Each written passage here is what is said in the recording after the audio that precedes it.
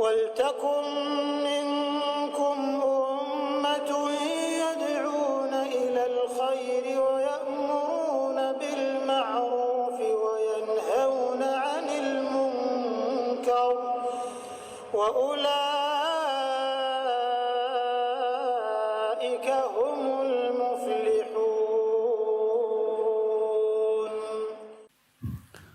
Seorang pendeta Yahudi, saya dapatkan namanya di kitab-kitab sirah, salah satunya Khuwairik. Kalau pernah dengar namanya, alhamdulillah. Kalau belum pernah dengar, orang ini pendeta Yahudi yang sudah lama mau masuk Islam. Di tanggal 15 Syawal, hari Sabtu, tahun 3 Hijriah, terjadi perang Uhud. Terjadi perang Uhud.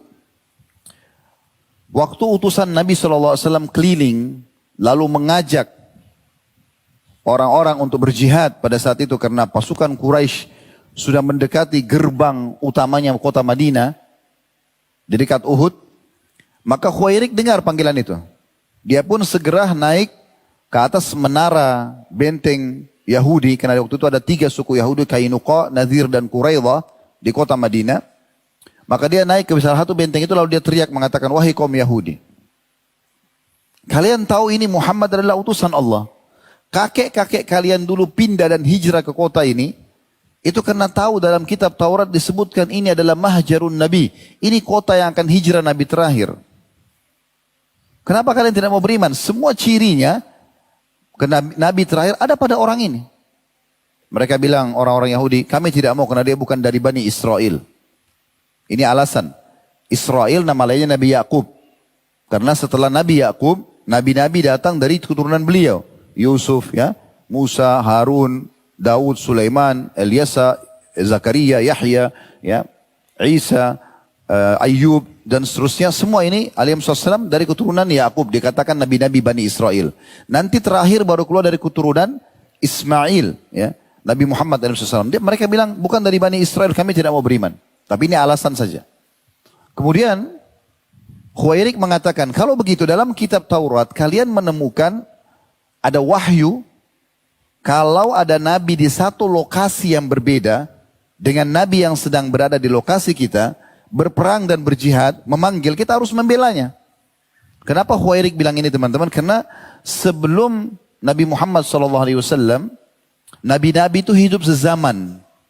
Seperti Nabi Musa sama Nabi Harun, adik kakak tapi berzaman. Ada juga Nabi Khidir, ya, beda lokasi dakwah tapi sezaman. Kita tahu Nabi Isa, Nabi Yahya, ya, sepupu. Nabi Zakaria termasuk kelas pamannya, juga Nabi. Nabi Ibrahim AS sama ponakannya Nabi Lut, sezaman tapi beda lokasi dakwah.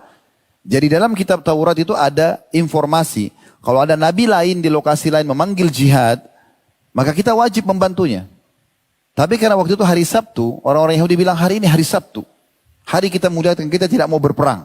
Ini cuma alasan. Ringkas cerita, Khuwairik datang sendiri ke masjid, syahadat di tangan Nabi SAW, tobat dari kekufurannya, kemudian beliau ikut berjihad. Selesai perang Uhud, dikumpulkan jenazah semuanya, termasuk ada jenazah Khuwairik. Maka Nabi SAW melihat, lalu beliau heran melihat jenazah ini. Dia mengatakan, ini kata dia orang yang masuk Islam? Kata mereka, iya ya Rasulullah. Kata Nabi SAW, siapa yang ingin melihat penghuni surga yang belum pernah sujud sekalipun, ini orangnya. Dia masuk Islam waktu duha, dia meninggal sebelum duhur. Belum kena kewajiban sholat. Tapi begitulah keadaan orang-orang yang taubat. Di saat dia taubat, nasuha kepada Allah Subhanahu wa Ta'ala. Mungkin antum juga sudah ketahui kisah 90 orang membunuh 99 jiwa. Dia taubat. Yang dilihat adalah akhir daripada perbuatan. Khawatimul amal. Atau amal-amal yang terakhir yang menutup hidup seseorang. Bahkan kita tahu orang itu husnul khatimah atau su'ul khatimah justru dari amal-amal di akhir hidupnya. Dalam beberapa riwayat kata Nabi SAW, kalau seseorang terbiasa dengan sebuah amal, Allah akan menutup hidupnya dengan itu. Jadi kalau mau tahu orang itu husnul khatimah atau su'ul khatimah, tidak usah tunggu dia kalau husnul khatimah itu senyum. Atau mengeluarkan bau wangi dari badannya. Bukan itu tolak ukurnya. Karena Hamzah radhiyallahu anhu di perang Uhud, hidungnya terpotong, dadanya terbelah, darah semuanya. Tapi beliau adalah sayyidus syuhada. Pimpinan para syuhada. Berapa banyak orang-orang yang meninggal dalam keadaan bersih wajahnya, tapi kafir. Bukan itu tolak ukurnya, tapi amal-amal sebelum meninggal dunia. Abdullah bin Mas'ud radhiyallahu anhu mengeluarkan sebuah statement menarik untuk bahan muhasabah beliau dan kita juga bisa jadikan sebagai dalil kita pada malam ini. Beliau mengatakan, "Ma nadimtu ala syai'in nadmi ala yaumin gharabat syamsuhu naqasa fihi ajali wa lam yazid fihi amali." Tidak ada sesuatu yang paling aku sesali setelah keadaan terbenam matahari seperti kita sekarang ini dan ajalku berkurang sementara amalku tidak bertambah. Maksudnya tidak ada yang paling aku sesali kecuali sudah menjelang malam nih, tidak ada jaminan hidup lagi besok, tapi ternyata amalku belum bertambah. Sementara ajal makin dekat. Ingat teman-teman sekalian, ruangan ICU di rumah sakit itu sedikit. 2, 3, 5, 10, ya, sedikit sekali. Yang masuk ICU lebih sedikit daripada yang lula lalang di depan rumah sakit. Jangan selalu mengkhayal nanti saya kalau tabrakan masuk ICU baru meninggal dunia. Tidak, saudara. Di YouTube banyak sekali cuplikan orang meninggal mendadak seketika. Lagi jalan, lagi ngobrol, banyak. Maka hati-hati. Yang bisa menentukan penyelamatan diri adalah kita sendiri. Bahkan Hasan Basri rahimahullah mengeluarkan sebuah statement, kalau seorang hamba itu Allah sayang, Allah akan memberikan dia kesempatan, bukan coba, Allah akan memberikan dia kesempatan untuk mengisi waktu-waktunya dengan kebaikan. Beliau mengatakan, min alamati i'radullahi 'anil 'abdi ay yaj'ala syughlahu fi ma la ya'nihi khudlalan minallahi azza wajalla. Di antara tanda-tanda Allah berpaling dari seorang hamba adalah Allah menjadikannya sibuk dengan hal-hal yang sia-sia. Sebagai tanda Allah menyia-nyiakannya. Allah tidak butuh. Berarti kalau ada orang yang Allah berikan kesempatan justru dia bisa mengingat Allah subhanahu wa ta'ala. Dulu di majelis ilmu seperti ini, dia berzikir, dia bertafakkur mengingat penciptaan Allah subhanahu wa ta'ala. Dia isi waktunya dengan hal-hal yang positif, menjenguk orang sakit, dari situ kemana lagi, pergi ke masjid, dari masjid kemana lagi, dia selalu sibuk dengan itu, maka berarti Allah ingin kebaikan buat dia. Tapi kalau kita temukan ada orang yang duduk, buang-buang waktu, tidak ada manfaatnya, tidak dengar manfaat, tidak mengucapkan manfaat, tidak melihat yang bermanfaat, maka ini berarti kelalaian. Allah inginkan keburukan buat dia. Ini bahaya sekali. Ada Hasan Basri juga ucapkan dalam statement yang lain menarik. Beliau mengatakan, Ibnu Adam, innama anta ayyam. Kullama zahaba yawmun zahaba ba'duk. Wahai anak Adam, kau ini cuma hitungan hari. Setiap kali bertambah satu hari, maka hilanglah sebagian dari dirimu. Jadi hati-hati. Kemudian juga dalam statement yang lain, Sufyan ats-Tsauri dinasihati oleh seorang ulama lain semasa dengan beliau. Beliau juga ulama. Sufyan ats-Tsauri terkenal ulamanya tabi'in. Ada semasa dengannya namanya Rabi'ah, juga seorang ulama. Rabi'ah menasihati Sufyan ats-Tsauri rahimahumullah semuanya, innama anta ayyamun ma'dudah. Wahai Sufyan, kau ini hanya hitungan hari yang sedikit. Fa idza dhahaba yawmun dhahaba ba'duk. Kalau sudah pergi harimu satu hari, maka sudah pergi sebagian juga dari dirimu. Wa yushiku idza dhahabal ba'd an yadhhabal kull. Kalau sebagian sudah pergi, maka semua akan menyusul. Wa anta ta'lam fa'amal. Sementara kau bisa mengetahui itu. Oleh karena itu beramallah. Beramallah. Banyak orang teman-teman sekalian, dia malas beramal. Dan dia berangan-angan seakan-akan amalan itu hanya akan bisa dia kerjakan kalau dibantu oleh orang lain. Ini mengkhayal. Kapan mau hadir majelis ilmu? Iya nanti. Kenapa enggak ajak saya? Kenapa selalu menggantungkan beramal itu dengan orang lain? Artinya kalau orang tidak ajak, antum tidak hadir di majelis ilmu. Artinya kalau orang tidak ajak qiyamul lail, salat malam, atau misalnya berbuat amal yang lain, sedekah, kita tidak kerjakan. Ini kekeliruan. Harusnya jangan tunggu orang lain mengajak kita. Tapi kita segera selamatkan diri kita. Selamatkan teman-teman. Menyesal. Amal-amal soleh yang kita kerjakan, atau yang luput dari kita, itu akan menjadi penyesalan. Dalam sebuah riwayat disebutkan oleh Al-Baihaqi, bahwasanya orang-orang mukmin pun pada saat masuk di surga, kata Nabi SAW, mereka masih mengenang beberapa amal soleh yang sempat luput mereka tidak kerjakan. Karena kalau mereka kerjakan derajatnya jadi lebih tinggi di surga. Tapi karena mereka luput, tidak kerjakan, sibuk dengan hal-hal yang tidak ada gunanya, maka akhirnya luput dari mereka. Masuk surga iya, tapi banyak peluang yang hilang dari dia. Ada juga sisi lain teman-teman sekalian, orang mau bertobat, tadi kan amal soleh, mau bertobat, tapi sama, butuh jangkauan tangan orang lain. Lalu kalau tidak ada orang yang merangkul dia bagaimana? Kenapa kamu tidak taubat? Iya ya, kapan ya? Jadi menunggu, tunggu ada tanda kutip tangan dari langit memberhentikan dia, tidak mungkin terjadi. Harus dia sendiri menyadarkan dirinya. Kalau kita tidak paksakan diri kita dalam beramal soleh dan paksakan dalam meninggalkan dosa, pastikan teman-teman, syaitan akan berusaha agar tidak tertulis amal soleh di buku amal kita dan terus saja tercatat dengan dosa-dosa.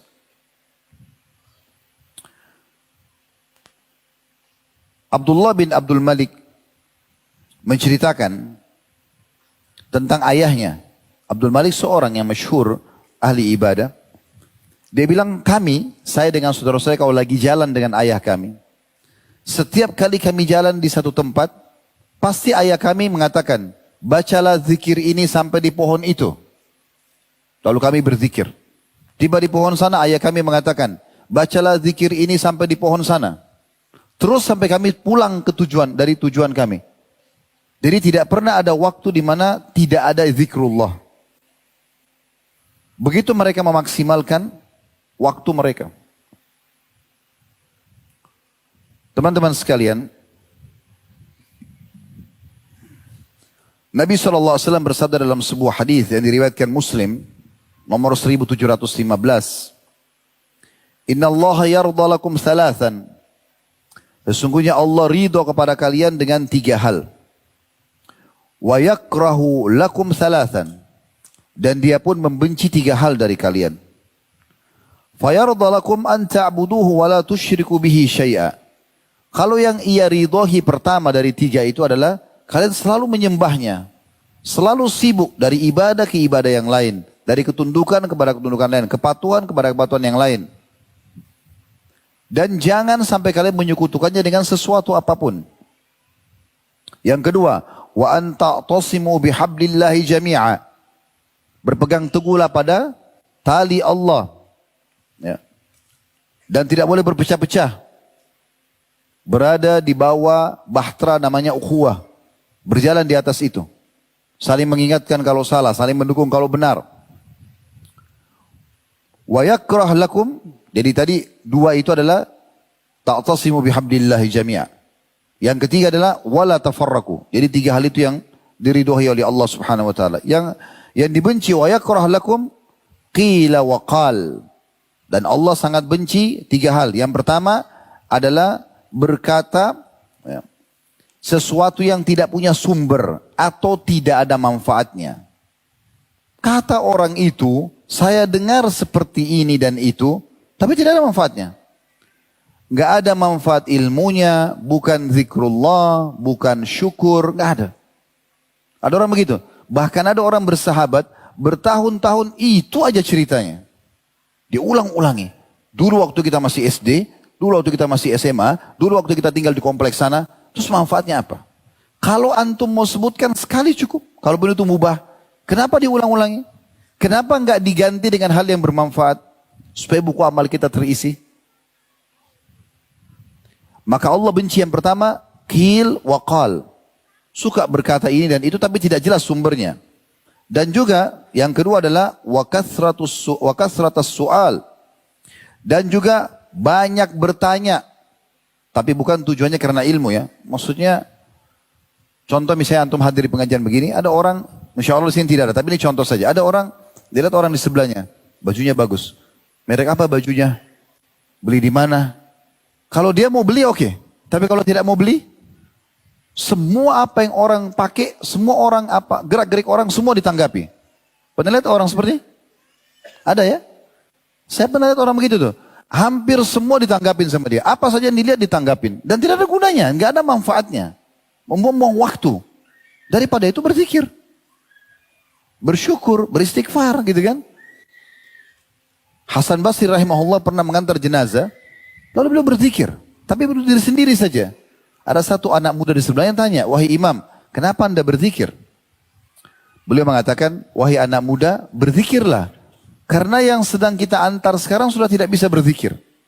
Beliau tersentuh itu, lalu beliau berzikir. Bukan karena zikir ngantar jenazahnya, tapi beliau tiba-tiba ingat, ini kalau saya meninggal seperti orangnya, saya tidak bisa lagi berzikir nih. Maka beliau isi dengan berzikir. Karena sudah diantar, tidak bisa lagi berzikir. Dan yang ketiga dikatakan wa idha'atul mal. Ini yang Allah benci, membuang-buang harta. Ya, nggak jelas gitu. Tentang potongan sabda Nabi SAW, qil wa qal, perkataan-perkataan yang tidak jelas sumbernya, tidak ada manfaatnya, tidak ada faedahnya.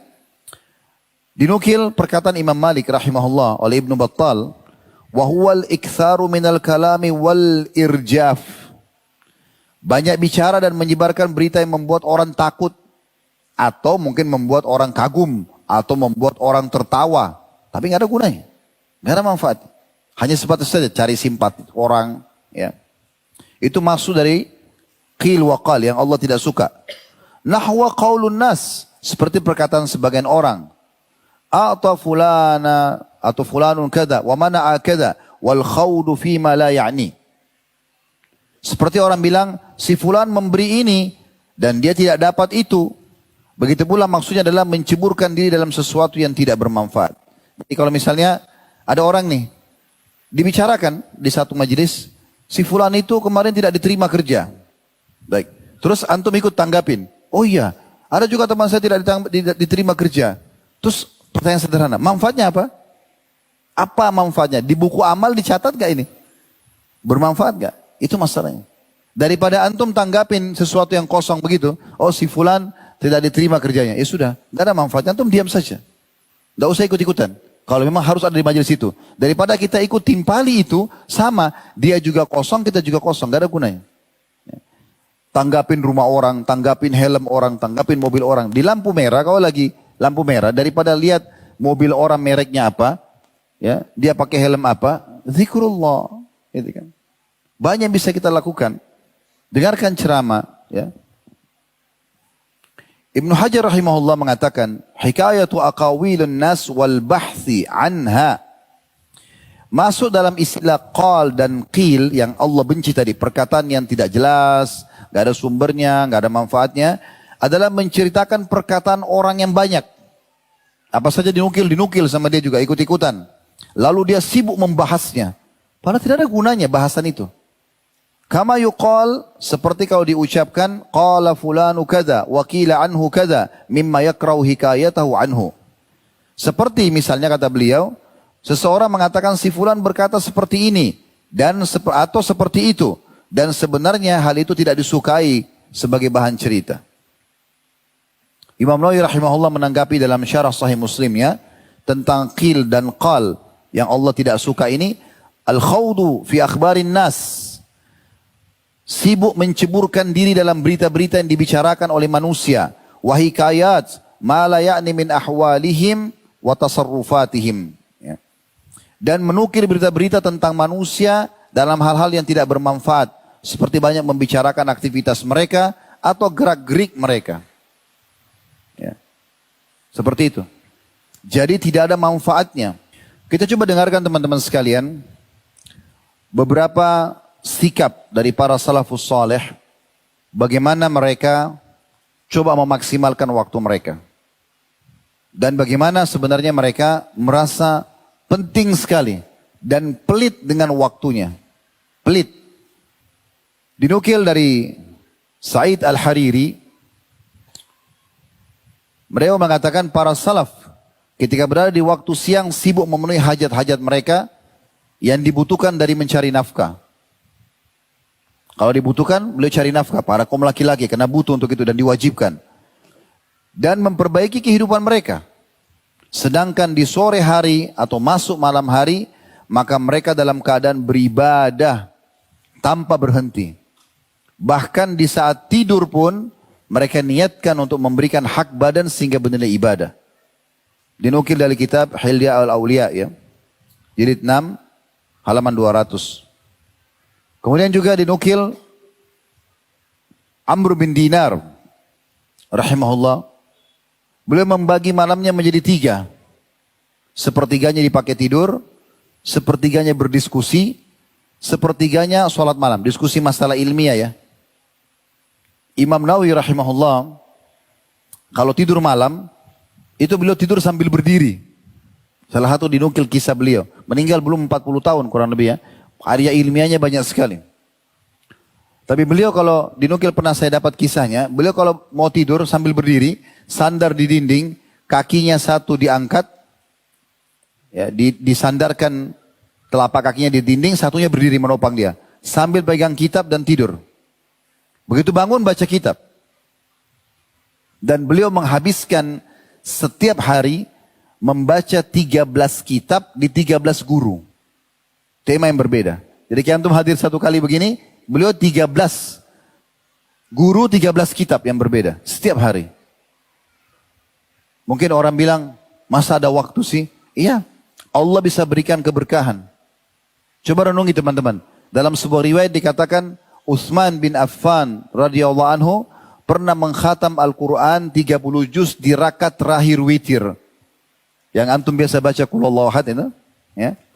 Beliau khatam. Bagaimana kira-kira itu? Kalau kita belum terbiasa mengerjakan ibadah itu, pasti kita heran.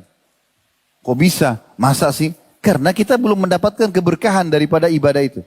Kalau antum sudah biasakan kerjakan ibadah itu, maka jadi ringan dan berkah. Allah mudahkan. Bisa terjadi. Sulaiman At-Taimi menceritakan, atau Sulaiman At-Taimi diceritakan kisahnya oleh Hammad Ibn Salama, saya terjemahkan langsung saja. Dia katakan, kami tidaklah mendatangi Sulaiman At-Taimi, melainkan ia berada dalam keadaan ibadah kepada Allah. Jadi Sulaiman At-Taimi ini didatangi oleh murid-muridnya atau teman-temannya. Mereka mengatakan, kami tidak pernah temukan Sulaiman At-Taimi kecuali dalam ibadah. Lalu dirincikan, di waktu sholat, kami melihatnya berada dalam keadaan sholat. Di selain waktu sholat, kami mendapatinya, ya, beliau sedang berwudu, memperbarui wudu, atau menjenguk orang sakit, mengurus jenazah, atau duduk di masjid dengan mengisi hal-hal yang bermanfaat. Seakan-akan kami tidak pernah melihat beliau bermaksiat sama sekali. Sama bukunya Hilya Aulia, ya. Hilya Aulia ini jilid 3 halaman 28. Jadi bagaimana mereka itu dari amal ke amal, dari amal ke amal. Karena sudah faham, ini pada saat meninggal nggak ada kesempatan lagi beramal. Dan kita penentu daripada amal itu. Menyesal teman-teman kalau ada amal yang sempat tidak kita lakukan. Kalau dosa ada peluangnya lalu tidak terjadi, antum melakukan, syukuri itu. Misal ada kesempatan berzina di satu waktu, lalu tidak terjadi. Sekarang kita taubat kepada Allah, jangan sesali. Oh coba dulu saya zina aja, sekarang saya bisa taubat, jangan. Karena setiap dosa ada konsekuensi hukum kan. Bisa ada hukumannya. Justru syukuri kalau tidak terjadi. Tapi kalau amal soleh luput, sesali. Kenapa? Karena tidak bisa terulang.